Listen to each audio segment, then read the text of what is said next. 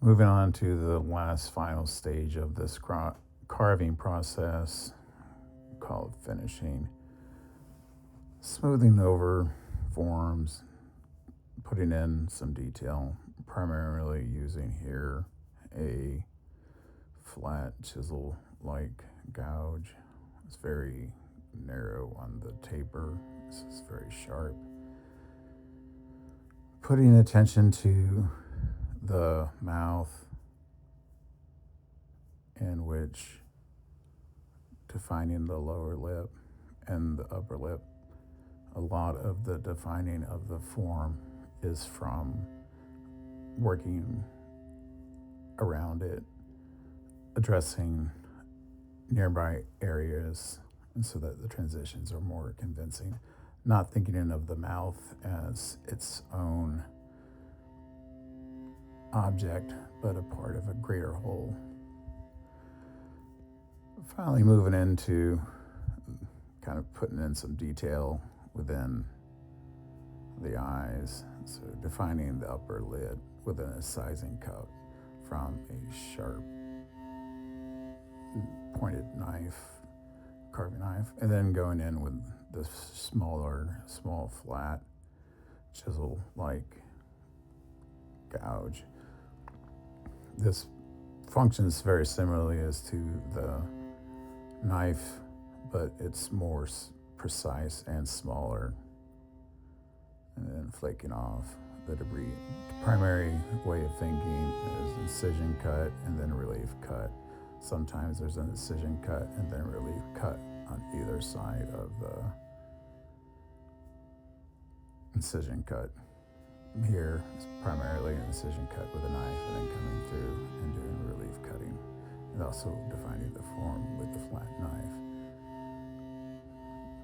Going to the outer canthus, defining the shape of the eye lid as it forms over the lower, then going back into the eye and then defining basically a sphere form.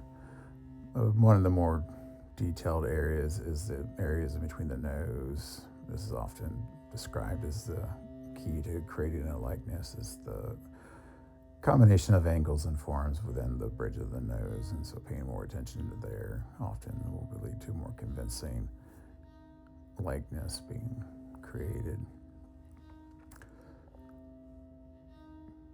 So once having defined the sphere of the eye, going in with a pencil and describing the pupils or iris, and then carving around that, then and taking away the pencil marks. It's like another smaller sphere shape on top of a sphere shape. Now with the injured eye, the blind eye here, that primarily put a lot of effort into was defining it. From there, moving on to the eye that sees. This is, remember, is a mass form that we're creating for an upcoming series on neurobiology and drawing, and how the brain and the eye are primary tools within it. Here we have a repair, especially when you get into the smaller areas. Like, it's very easy to cut or flake off a little piece of the detail, and the super glue works really great for making a quick lasting repair. It's like it turns into that resin, so it's very similar to the way when the end time becomes the final finish of it. So with this, I wanted to create a porthole type view. So I've drilled out the pupil of the eye so that later I can insert a endoscopic little camera through it, so we can get a point of view of how this is to see out of one eye.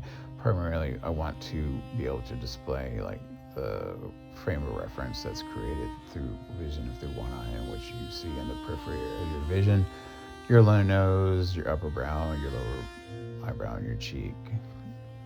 And in order to do that, also blackening the inside, a rather efficient way of creating a blackened area is you just char it using a propane torch. I think this one's like the replacement MAP gas type.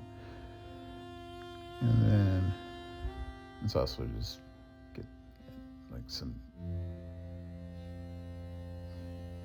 drama with flame and char, and then addressing something that you put like effort into, and then treating it casually with just wreck loose. But there's a pretty mild degree of control. It's with experience, having developed a certain understanding of how much it will burn. This brings us to a stopping point, and tune in next week for the follow-up.